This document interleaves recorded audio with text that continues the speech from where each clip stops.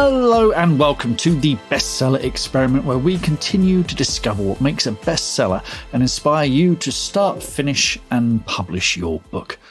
I'm Mark Stay, and this week I'm flying solo. If you're listening to this for the first time, usually there are two of us, but my co-presenter Mark DeVoe is away due to a family bereavement, and I'm sure you'll all join me in passing on my condolences to Mark and his family at this time. That means, dear listener, you're lumbered with little old me for the whole episode. And because there is less waffle from the pair of us, and we do like to waffle, I thought I'd give you a little treat at the end of the episode, so do stick around for that. But some things never change, and as always, today's show is sponsored by our wonderful Academates on the Bestseller Academy and our patrons on Patreon. And we have a new patron this week, Jackson Smith. Thank you, Jackson, for your ongoing support. We simply could not keep the show going without beautiful people like you.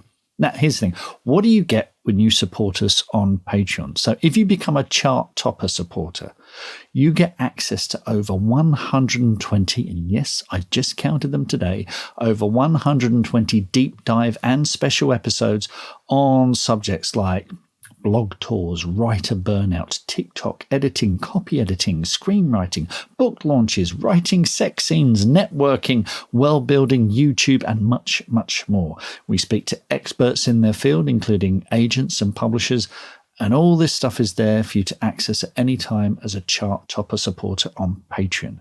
So to check that out, go to bestsellerexperiment.com/support. Also, if you sign up to the Academy, well, you get to join the most supportive writing community out there. You get me and Mr. D as your coaches. Mr. D does writing life coaching and I focus on craft. There are courses aplenty to help you become a better writer. I have a weekly writing surgery over on Zoom. You can book one-to-one sessions with me. Oh, and you get all those deep dives, which you can dip into at any time using our app. To discover more about the Academy, go to academy.bestsellerexperiment.com. There's a link in the show notes. So without any further ado, let's jump into this week's interview with our special guest author, Lou Abercrombie. Lou has worked in TV and film production and as a photographer, and a few years ago started writing children's books combining her passion for swimming and mathematics. Her debut novel, Fig Swims the World, was longlisted for the Bath Children's Award, and her new book, Amazing Maths, makes the subject of mathematics accessible in a way that I wish was around when I was at school. We discuss pivoting from fiction to non-fiction, writing stories out of order, and how she's inspired by water. Enjoy. Lou Abercrombie, welcome to the Bestseller Experiment. How are you today? I am very good, thank you. Thank you for having me. Oh, absolute pleasure. And you've had an incredible couple of years, and I just basically wanted to do a quick catch up just to see how things are. And, you know, you've had two amazing children's books, but also you're writing nonfiction as well. And we'll talk about those books and that pivot to nonfiction and what the future holds as well. But let's start with the two books. You know, you've got Fig Swims the World, which was longlisted for the Bath Children's Novel Award, and Coming Up for Air, which has amazing reviews. And both these books sort of combine your love of swimming and maths. And well, let's start with Fig Swims the World. How did that? Because you've worked in TV, you've worked in post-production, you've been a photographer. Tell us how Fig Swims the World first came about. I'm also a big swimmer, and I'd started writing. I'd written another book, got myself an agent, and whilst I was waiting for the publishing world to decide whether or not they're interested in the first book, I decided to write Fig. It came about because I just started imagining the kind of people that I could meet and building on them, making them bigger characters. And there's so many different characters that you meet when you go to different swimming events. I was in Mallorca, where everyone got on very well, and we all talked about cake and how much we liked swimming. There was one topic that split the group, the B word. But apart from that, we've all got swimming in common. And it just presented to me the idea that I could have an entire book full of characters. I already had them there, and also all the different places I've been in the world. So it just was the obvious thing, really. So that was kind of the basis. And also I've got an image of my daughter who, when she was one, do you remember those that Nirvana poster of a baby swimming under the water? Yeah. When she was one, I took her to a swimming lessons. And the done thing back in London was to go and have your baby dressed up in a tutu and then just dropped in the water with a photographer waiting underneath. And so I've got this brilliant image of my baby daughter, now 16, sort of just grizzling and crying like she absolutely hates it. She really hates swimming. So that was like my starting image. And I kind of mention it in Fig Swims the World as being like the kind of first moment that she decides she doesn't ever want to get in the water and swim. And that obviously became my first challenge and first obstacle for the character to get beyond. Yes, well, let's talk about Fig Swims the World, the pitch for it, the plot line for it, because it's about someone who has to swim the world but hates swimming. So tell us about Fig. Fig, you said you were talking about characters and knowing people in the swimming world, but tell us how Fig herself came about. Well, I needed to give her a want and a need, that the classic thing for writing, and the basic premise is that her mum has been creating the New Year's resolutions for her entire life. She's the kind of nightmare mother who can't cut the apron strings. Now she's got to 15 years old. She's fed up with her mum kind of still deciding all these challenges. So the premise is that she's seen some young girl who's 14 or 15 herself and who's sailed around the world and is actually based on a real person.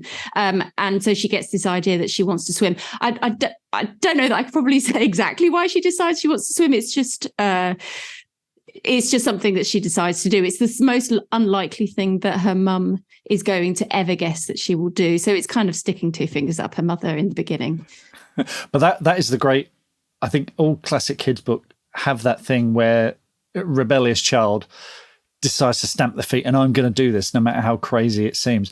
What were your influences? I read somewhere you read Judy Blume, you had Mallory Towers, Sweet Valley High. Were they big influences on Fig? Actually, I don't think they were. The first thing I ever wrote, which it hasn't been published, was probably more influenced by Mallory Towers and Sweet Valley High. Fig came from, so when I wrote that, I was writing in third person past tense. And then when I started writing Fig, I decided to go on with the first person present tense. And it was like the character kind of just came out of me. Right. And it just, it kept on spewing out. And it's kind of where the Fig in me kind of came out. So it wasn't actually influenced by anything I'd read as a child. It's just more that I felt maybe more of what I've read more as an adult, actually. Things like the Eleanor Oliphant book, things like that are probably a bit more like that. Right. Oh, that's interesting. It's fascinating because it's as much as people will love Judy Blume, Mallory Towers, Sweet Valley High, they are of their time, I think. And I think with a mistake a lot of children's authors make is that they will try and base it on what they read when they were kids, and they'll often get rejections because they're told that it's just not what kids are reading now. So were you running it by your own children when you were writing it? Were you sort of giving them chapters or just keeping? No, you're shaking your head. No. I wrote the whole thing. No one read it until I'd got an agent. Actually, until it was finished. Actually, I wouldn't let my husband Joe read it at all until it was actually in book form. Until it was completely. It's a very vulnerable process, isn't it? And so I don't need to be criticised when it's not quite finished. Anyone can criticise it afterwards because that's fine because the publisher's decided that it's okay to go. But before that point, there's too much that can change. Yeah, no, I totally agree. I remember the first time we had Joe come on the podcast, he told us that he had his mother read it. And we were like, and I think she was an English teacher, so she actually gave him some constructive criticism. But there's no way I'm giving, my stuff to anyone, and any of my family, not until it's nice and neatly packaged in a car cover or paperback or whatever. Now, you mentioned briefly there that there was a first book that wasn't published. Is that still ongoing? Is that still something that could happen, or has that been consigned to experience? Or funnily enough, my eldest daughter has read that one because it's kind of it's like a dance school, talent school based in Mallory Towers type scenario. Right. It's a middle grade. I don't know that I really can write middle grade. People tend to say that my writing the voice is too old. And I think unless I learn, if someone could teach me how to not dumb down, that's a really wrong thing to say. but you know what I mean? It's writing a different kind of tone. And I'm really not really interested. I prefer teen and YA as I'd rather talk to children in a certain way and talk to readers in a true voice to me, because that's what's coming at me, especially when I'm writing in first person. I can't necessarily imagine myself under the age of, say, 12, I think. Yeah, no, it's funny. I know exactly what you mean, because I've tried writing middle grade and it's really hard. Really hard. I think it takes a particular voice and insight that I just don't have, and I take my hat off to anyone who can do it. Having gone through the process of Fig Swims the World and having had it published and that whole thing, what were the biggest lessons that you learned from a debut novel? Well, the whole editing process, I think, just start to finish, and the feeling that, you know, when you read, you have to read chapters when you go to school visits and things like that. Yeah. And I read it and I sort of think, that's not me. It doesn't feel like I wrote it, because it's been through such a process of editing and different people's opinions, and you take things out. And so I think for me, it's the editing process I love, actually. I love getting feedback from someone else. Obviously, it's a vulnerable feeling, and when someone says something and you think the opposite, you have to go through those emotions before you can accept that they probably are right. So from a debut, I think that was the biggest change. I'd say actually several books down the line, I feel like I'm slowly beginning to change. It wasn't just the first book, really. Right. Yeah. It's that thing about editing is you're right about voice, because I write, certainly the new books that I'm doing now, I write very much in a vernacular, and it's kind of working class, and people are always trying to correct it. And it's like, no, it's wrong on purpose. Yes. It is in that voice for a reason, Yeah. So coming up for air, which has just a most absolutely gorgeous cover. And folks, we're going to put a link in the show notes to Lou's website so you can see it. What I loved about this is your protagonist, Coco, is a really, really positive character. And I think particularly if you are writing in that sort of for older kids and YA thing, that can be a challenge, because I think the first instinct is to go to someone who might be a bit stroppy, might be a bit moody. But Coco is really positive, isn't she? Yeah, absolutely. And I wanted to make a main character who's the absolute opposite of Fig. Fig is like full of fears, full of problems, not got any friends.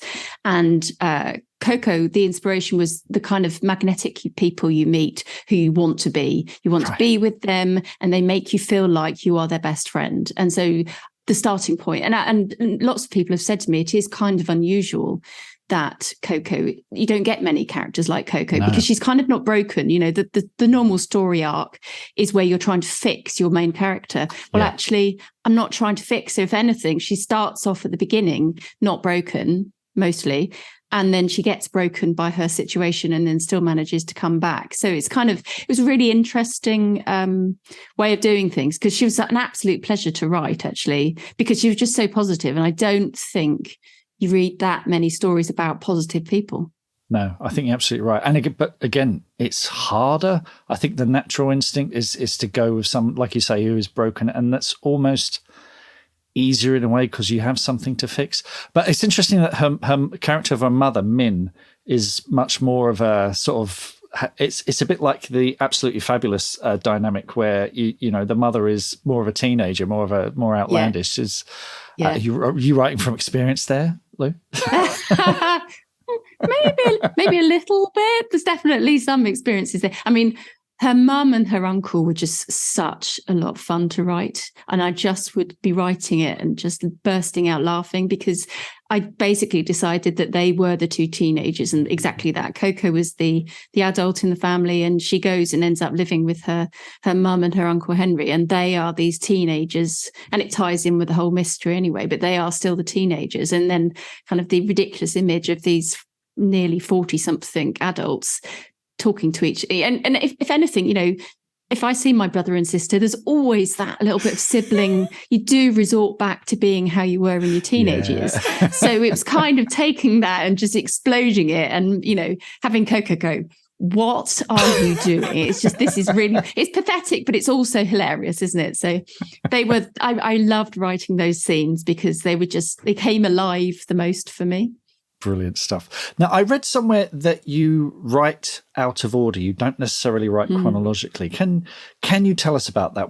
What's your kind of are you just sort of putting down ideas as they come to you, or is there a structure first and you're sort of filling in gaps? How does that work for you?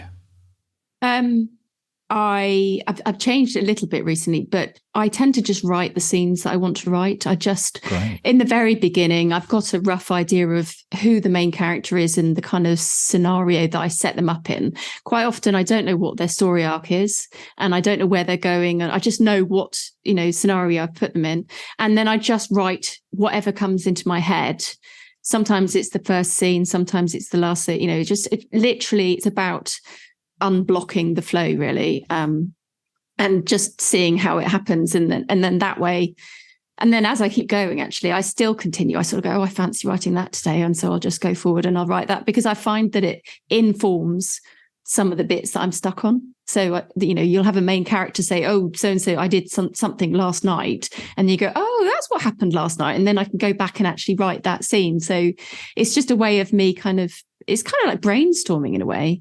Yeah. But these days I'm much more about, I'm trying to be very disciplined on having an actual plot, an actual plot and an actual arc. So I try to have this thing of, what the character wants, needs, and what's standing in their way. And I'm trying to be, because if I can't write that down, then I don't have the right story. Because I always get to a certain point in the book and I go, I don't know what I'm writing.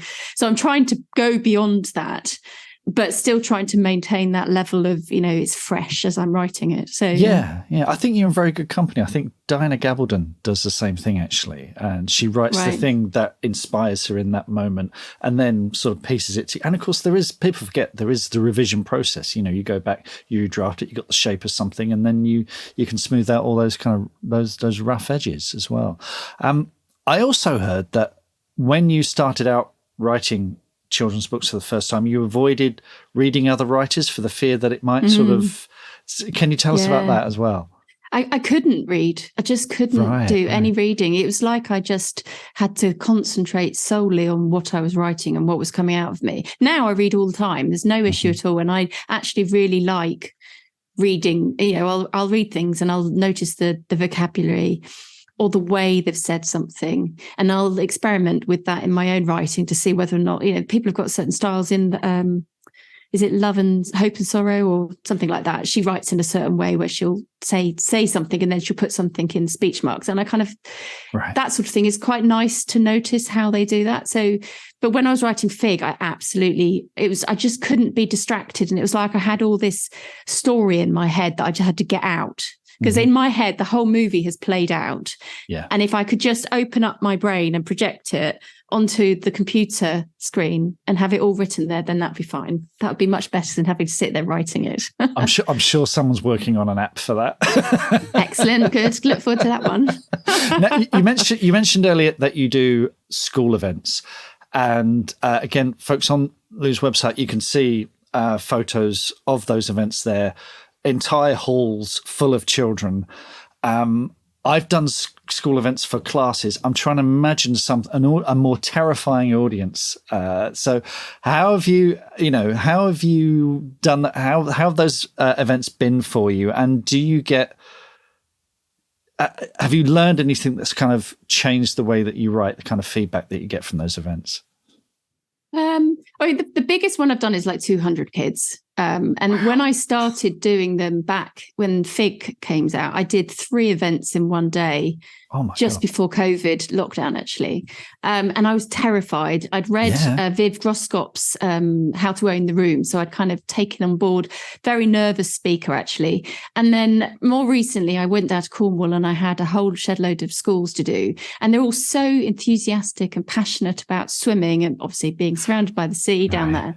I found my feet and I'm actually fine-tuning the PowerPoint that I talk about and listening to what my children say is interesting and what they want to hear when they go to an author visit has really, really helped me. So I've kind of fine-tuned it over the time and now I feel like I've got it really down to a beat. And it's not about me trying to push my books and sell my books.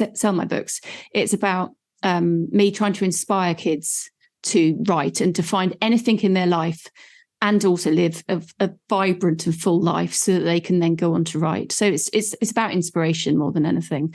And no, I don't think I've had any feedback from them yet about how I could change. They do ask me. They do, they ask the obvious questions like, "Are you famous?" and "Do you know J.K. Rowling?" and "How much do you earn?" But they haven't come up with any.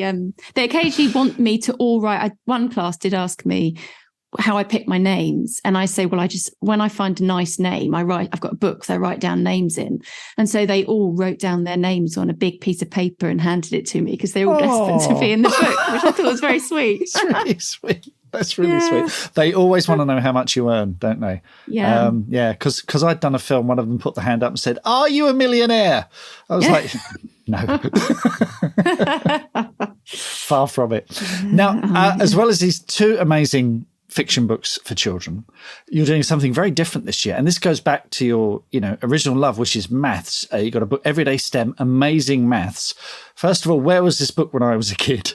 and what were the challenges of writing an engaging book about maths for kids? It's a completely different way of writing. I love maths, so that's a really good start. And it's just so much more in the planning. So I think that's helped me in the fiction side because I've learned how to plan a bit more. Right. It's just about coming up with a proposal, and you'll kind of work with 12 spreads or however many spreads. And then you have a certain word count. So you'll get told you need, an introduction for 30 words, and then 3 different main text boxes, and they could be about 75 words each, or 200, it's about 450 words total across a page. Right. And then you have to plan it around that. And actually that is an amazing, if you want to write about, so on all the pages of the maths book, there's an inspiring person, an inspiring mathematician. And I've gone all the way around the world back in time because maths, isn't necessarily Western at all. It comes from all over the world. And then you read about these mathematicians, and then you have to condense that down to 75 words. That's not a lot of words to write about someone. So you take in so much information, and then you have to, shorten it down until it's actually interesting, and you're still saying something, and it's still worth being there. So it's about focusing the mind. So it was a really interesting process from that point of view, but it was all planned right from the beginning. I had to work out it's all about maths and how we use maths in our everyday lives. And so because I'm a photographer, I've got how maths is used in photography. And so there's this beautiful illustration of a camera and all the different ways. It's just basically to tell children, look, you might not like the maths you're being taught in school, but you aren't always going to use maths in absolutely every single job, everyday life. And so that basically covers it, really. And it's just about planning more than anything. I say again, where was this book when I was a kid? I've never used a quadratic equation in my life, but I would, the older you get, the more you realize that what a large part that maths plays in our lives, and it can be fun, it can be interesting, but it's not much to do with long division, I guess. Let's talk about what's coming next from you, Lou. Are there more children's books on the horizon, or will you be sort of doing the children's book non-fiction, or is it non-fiction now? What does the future hold? In an ideal world, I would write a children's book and a non-fiction book in a year. I kind of like the way that kind of uses both sides of my brain in a way. Yeah. I'm currently writing another swimming book called Who Dares Swims, aiming at slightly higher, so more YA, so that I can use a little bit more bad language that I'd like and slightly go down some slightly more adult themes, perhaps. And it's going to be more of the same, really, of Fig Swims the World, kind of feeding into the whole love of swimming. Some of the feedback I've got from the school visits is, especially from boys, they're very interested in the technical details of swimming. When I talk about crocodile eyes and different techniques and strokes and so on, they're all like looking up and they're asking the questions about that. So if I can get boys reading it because they're interested in the subject matter and they're interested in swimming, then I feel like I've won, because I've got an 11-year-old son who I can see him on the wane in terms of reading. He's just not finding the books he wants to read. So in my head, I'm really interested in finding books that can appeal to both boys and girls. Yeah, it is tough. I saw the same thing with my son. We sort of lost him to gaming in his teens. Yeah. And it was, in the end, it was actually Asterix and Tintin that saved the day. But yeah, if you've got a specialist interest like that, and listeners, you should know Lou is not kidding when she talks about a love of swimming. I mean, you've swum marathons, you've done free diving, all sorts of stuff. I mean, where did that all start for you? Swimming, I've always swum with my grandpa at Eastbourne when I was young. And then I read an article about Lord Byron in a EasyJet flight magazine and read that he'd done this big swim from Europe to Asia. And I was close to a midlife crisis point, and I just decided I would do that.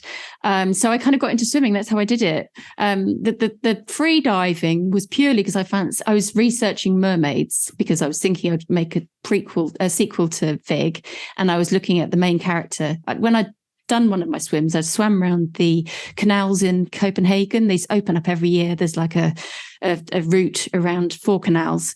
And I'd seen mermaids swimming there. And by mermaids, I mean professional mermaids with the tails and the monofins. Wow. And they were amazing swimmers. So I was looking that up. And then I found this whole article about how a journalist had gone off and learned to free dive and been photographed as a mermaid. And so I thought, well, I'm just going to do that because I can use that as material for my book. I was terrible at it. I failed every single thing that you could possibly think of in free diving, but it gave me the source material for Coco in Coming Up for Air. So it kind of, I like going off and doing adventures. I like doing things that are going to feed into new ideas for books. So yeah.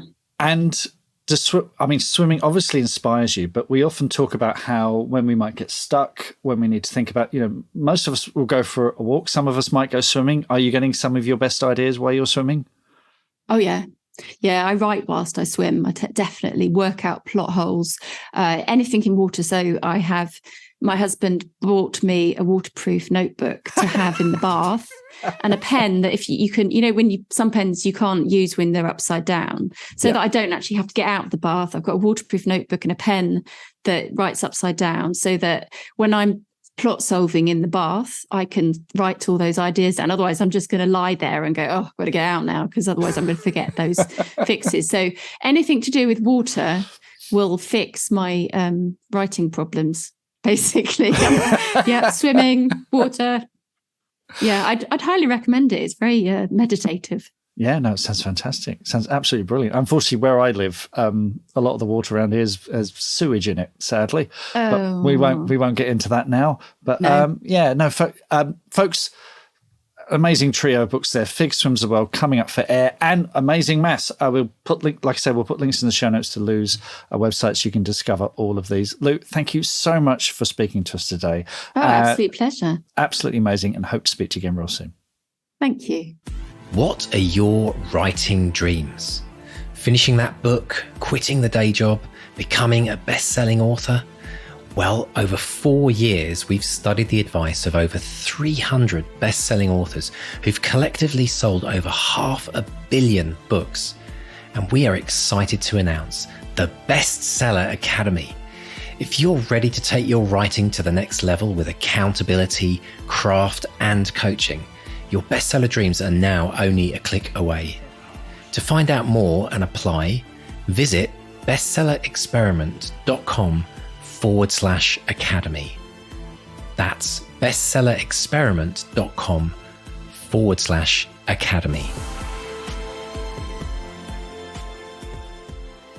Huge thanks to Lou Abercrombie for taking the time to speak to me. And you'll find links to her website in the show notes. And if you're one of those people who listen every week and think, what the blimmin' heck are show notes?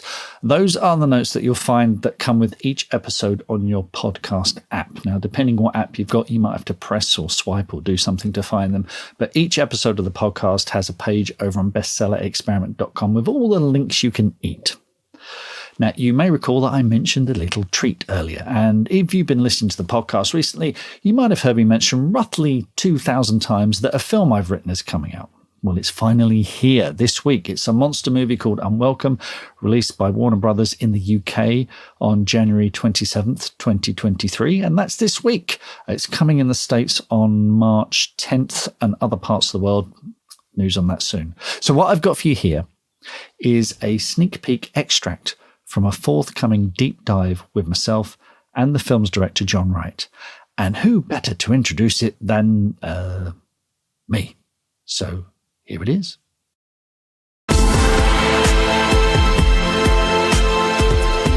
Hello and welcome to the Bestseller Experiment, a special deep dive episode of the podcast that we record exclusively for our patrons on Patreon and academates on the Bestseller Academy.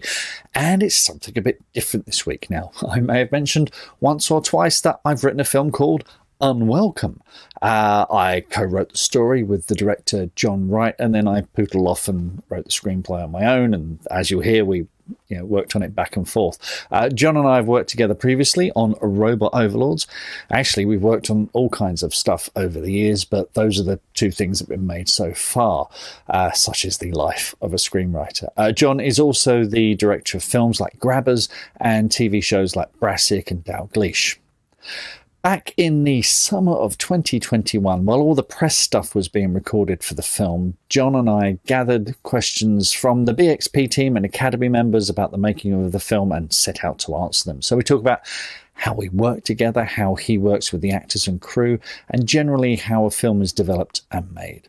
A big thanks to everyone who sent in the questions. We had great fun recording it, as you'll see and hear. The film is out on 27th of January 2023 in the UK, 10th of March in the USA, and the rest of the world. Dates all over the place, but if you follow me on social media, you will know. In the meantime, here's the trailer, followed by myself and John. Enjoy. We've been gifted this beautiful house. We live here.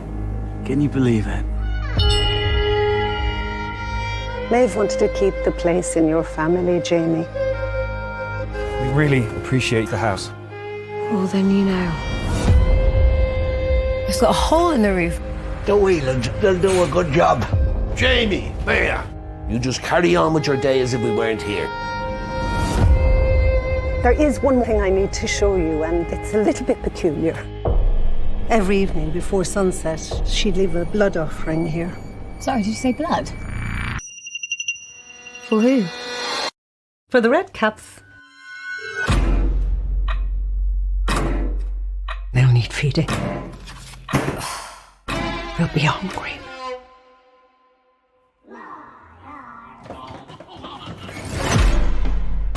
Can I get in my own house, please? You own it, dear. How many times have the English come to this country and told us what's theirs is now theirs? They need to know their place. Tim! What did you leave out tonight? Oh, shoot. You can't miss a single day. Hello?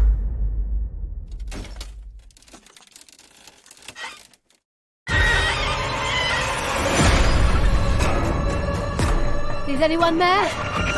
I can't be scared. Not in my own house. Don't leave your missus alone with the lads. Help me!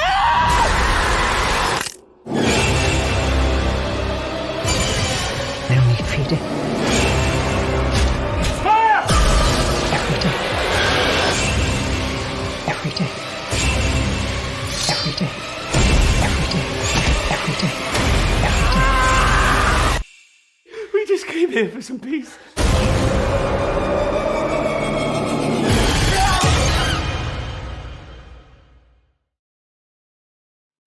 Right, shall we do some Tracy montage. Montague? Oh, I see. I was like, is this a sort of technical term? Let's. Tracy montage. Yeah, it's like, we did one very good one of those. Sorry. Have you had a drink? No, I'm sober. it's just on the I did have a protein bar. Oh, right. Excess of sugar and caffeine. Protein bar. Just basically a topic. You remember topics? Yeah, Do they topics. still have topics?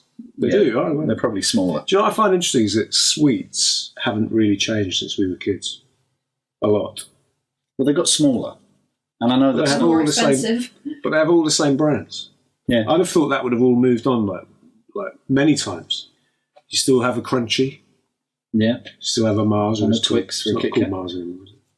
No, Mars is Mars. It's Marathon became Snickers, of course, Okay. famously. And Opal Fruits became stuff. What the fuck are we talking Which about? listener? I'm trying to keep these listeners in check. John, I've got some listener questions from the listeners of the Bestseller Experiment.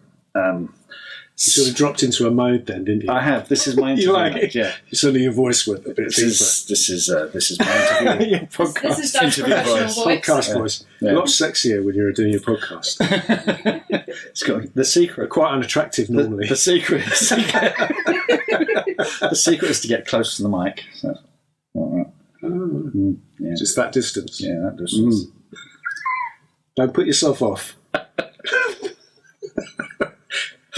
Okay. So we have some listener questions from the listeners of the Bestseller Experiment. Oh, I like that podcast. It's a good podcast. Who does that? Oh, He's good. The other one's not much good, though, is he? Now. You don't know which one I No, meant? exactly, yeah. Sorry, Mark. It's Mark I don't like. Start again. Just leave all these bits in, they're good. I would leave them in my film. Yes, yeah, you would, yeah. Yes.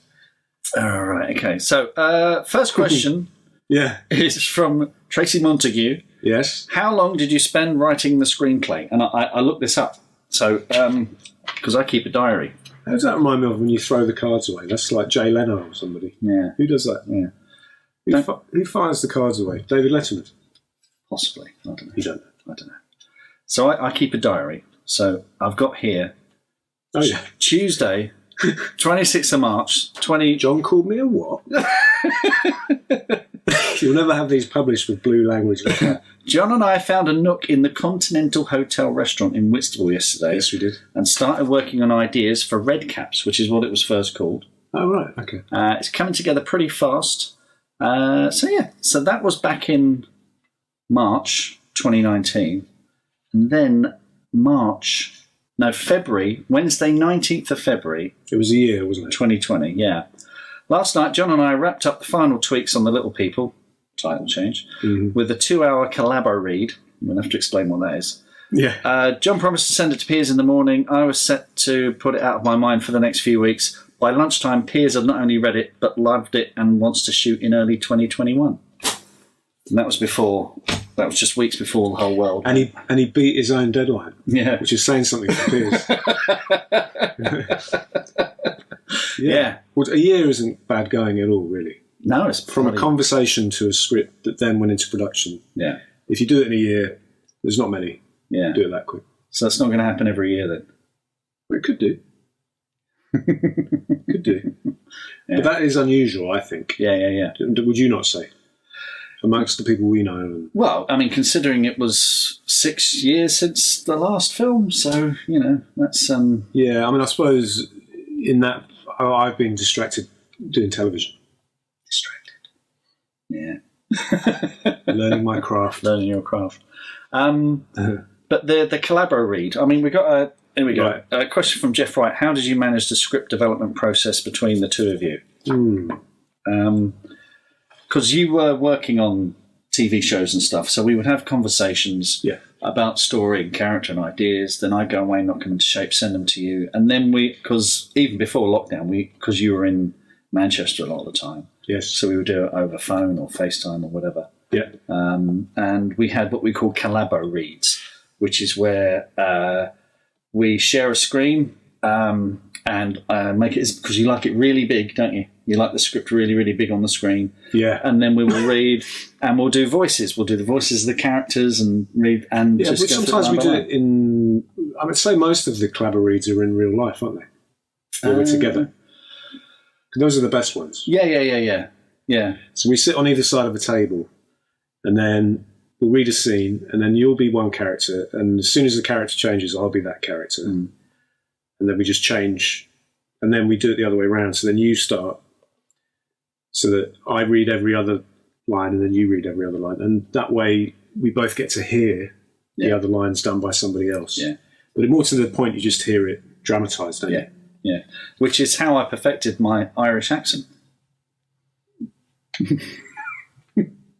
Your accent was okay. You do some good accents, actually. Your impressions are good as well, I think, actually.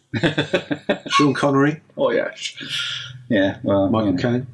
Well, that's just when I slow my voice down. That's all that happens there. They're good, though. They're good. Yeah. Okay. But yeah, that was... No, that doesn't really answer the question. No. How did you manage the script development process? Basically, for this one, so previously we've collaborated where I'm a bit more of a co-writer. With this one, I'd say it was probably the least co-writing that I've done. And it's also the most notes that I've given. Yeah. So we had meetings where I would be very detailed about what I thought could be better or different. Sometimes I'd be prescriptive and I'd say, we should do this. And sometimes I'd say, I don't know what the answer is, but I want it to be more like this.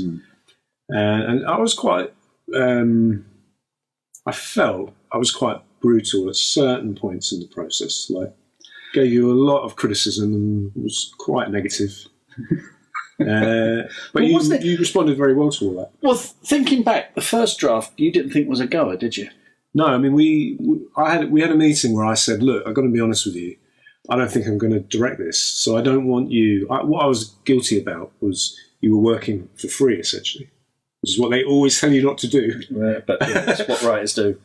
But they always say that's the sort of modern day advice is you say you should never work for free. Always make sure you're paid. But I'm not sure that's true, actually, because I think a lot of things happen if you're willing to work for free that wouldn't happen ordinarily. However, at this point, you had just bought into the idea and you were mad keen to do it. And I said, you know what, I'm not sure of this draft, if I'm going to make this film, because on the basis of this draft, I'm not going to. And I just wanted you to be aware of that, because I didn't want you to spend loads of time working and then we don't make the film, because then it's just a waste of energy, isn't it?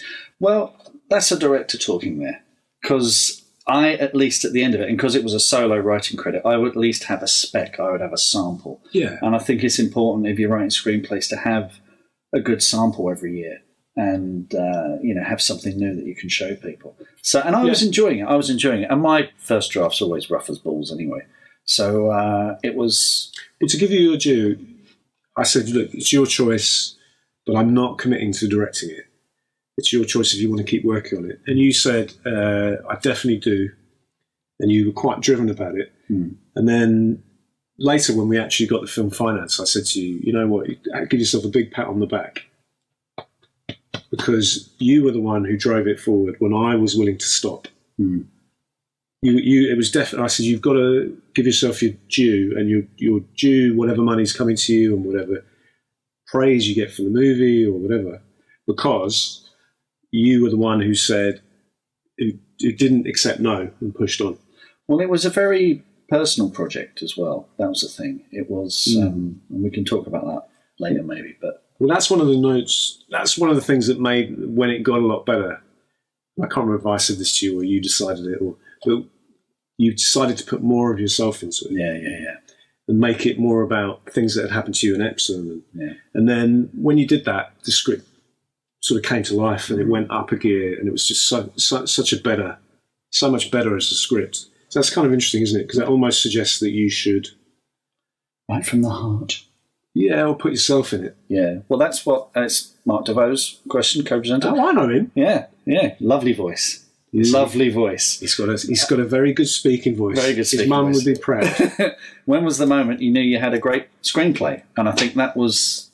When was the moment? Yeah, when you put yourself into it, I think. That was... Yeah, it was that draft that you came back with, and you'd put more of your own personality into it, and you'd gone further. And it was weirder, actually. It was more extreme, wasn't it? Yeah. And then that's when I clicked with it. I was like, oh... What I find interesting about it is when I watch the movie, sometimes I almost cringe about how similar I feel I am to Doug's character. Like I don't look like Doug, but there's a bit of a resemblance. Yeah. Doug always said it. Doug was like, oh, I look like you.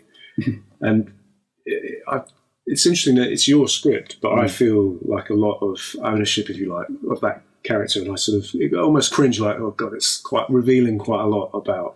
But that's what I think what happens when you, as a writer, if you dig down into specifics, that's where you tend to find the stuff that people relate to. The stuff you think, oh God, is anyone going to get this? Is anyone going to understand this? And weirdly, that's the stuff that resonates with people the most. Yeah. When you go, the personal becomes universal. Yeah. It's weird, isn't it?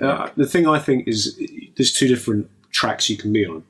So you can be up there doing Marvel or Disney or Star Wars or one of those huge franchises, and then you're making a product which is very commercialized and follows formula, and that's a different thing. People go to see those movies for a different experience. They just want to see loads of stuff smashed up. Yeah, spectacle. Everything on the biggest scale and lots of cool lines and one-liners and stuff. This type of movie where you're way down in a very different furrow. So we made this for £7.5 million, which for a movie is not a lot of money. So you have to be different, and you have to go to different places and show people things they don't normally get in order to compete with those huge franchises. Yeah. So we kind of did that. We went to lots of different extremes and put a lot of our own personalities into it and made it very specific. And I think it's much better as a result. Yeah, I think so. I think that, because one of the lessons from Robot Overlords as well is I think we tried to be a bigger movie than we were. And actually the thing that makes the bits I still love about that film the most are the rough edges, the weird bits, the funny lines, the strange lines and stuff like that. And we took a lot of those out. We smoothed a lot of those edges off. I think we suffered because it tested so well with the target audience, and they liked it so much, and they kept likening it to big movies like Transformers and things like that, that then became this pressure that built up to make that this is a really commercial movie. Yeah. And so you've kind of almost got to treat it like a commercial movie. Yeah. And so we took out a lot of the weird, quirky, goofy stuff and some of the bad language and all that kind of thing. And I don't think that it really should have been polished like that, because it actually all along was a small movie. It was, like I said, in the furrow, the different furrow. So but that's with hindsight. We didn't really know that at the time. And it's probably the only kids movie out there with bare knuckle boxing in it. So there's a lot of things. I mean, there's a lot of things in there that aren't in any other movies, but it kind of then fell a little bit between two stools, didn't it? Yeah. So we learnt that lesson. We've made all sorts of new mistakes. Don't worry. Alex Waite has a question for you, John. That's a good name. That's like a made-up name. Is this a real question? It's a real... Alex is a real... So there's a person called Alex Waite. Alex Waite, yes. Hello, Alex. Thank you for your question. He sounds like a character. One of your characters. Yeah, exactly. It's like going to be... The question's going to be, John, why do you like Mark so much? Funny you should say that. Yeah. Why is Mark so brilliant? John, do you storyboard and previs sequences, and how do you block sequences? That's a big question. That's a big question. Welcome to Film Directing 101. I hope you enjoyed that. And for the full episode, check out the deep dive that's coming on 27th of January, which is the same day as the film's UK release. Now, over on social media, thanks to everyone who keeps in touch with us over on social media. We love to hear about your wins and things that are working for you. Still catching on with some of the New Year ones, actually. And first of all, we got one from, this came on December 31st. So apologies for the delay on this one. But this is from Sazlisha Johanabas. I hope I got that right. Who says, I finished a spanking new short story and submitted it right before the year ends. I've not written a fresh short story in years. Talk about ending 2022 with something big. Going to give credit to Brianna Teentz for never giving up on me, and to the Bestseller Experiment for the inspiration. Fantastic news on that. Congratulations on that, and hope 2023 is even better for you. And then back in July, Phil Oddie, who is at Phil Oddie over on Twitter, said, I think it's time for a Bestseller Experiment style public declaration. This novel, which might be called Echoes or possibly Entanglement or maybe something else altogether, will be with beta readers by January 1st, 2023. Mark Stay, please add me to your list. And that's what I do. I put you in my diary, and I had a whole bunch of them at the end of the year. And Phil, he only went and did it. On December 28th, he said, I'm done. With 3 days to spare, PDF created, ready to email out tomorrow. Thank you to everyone on hashtag 200 words a day for your support, likes and retweets. And he settled on Echoes as a title in the end, coming one day to a bookshop near you. So yeah, if you're on Twitter, do check out the hashtag 200 words a day. I'm on there. A whole bunch of writers are out there. We're doing our 200 words a day and logging them every day and checking in and keeping ourselves accountable. And last but by no means least, we've got a lovely link from Jeff White, who's a Patreon supporter. He's over on our BXP group on Facebook. And he said, I wrote a guest blog for the Writer's Cookbook, all about writing as a stay-at-home parent, sharing some tips of what's worked for me to fit writing in when you're time poor. I thought it might be of interest to a few people here. Well, I think it's of interest to a lot of our listeners. So I'm going to put a link to that in the show notes, or if you go to writerscookbook.com/writing-parent. So check that out. Thanks to everyone who gets in touch. Please, you can drop us a line at bestsellerexperiment.com. There's a contact tab there, or you can join us on social media. We're Bestseller Experiment on Facebook and at BestsellerXP on Twitter and Instagram. And please subscribe, rate and review the podcast wherever you get your podcasts. We've got some cracking guests coming on that you're not going to want to miss. We've got people like Peter May, Simon Scarrow, Richard Armitage, yes, the star of The Hobbit and Spooks. He's coming on soon. So yeah, subscribe. And thank you, as always, to our editors, Dave and JD. And thank you, dear listener, for putting up with this odd episode. It's not our usual kind of episode, but, you know, real life gets in the way every now and then. And hopefully Mr. D will be back with us next week. But until then, happy writing.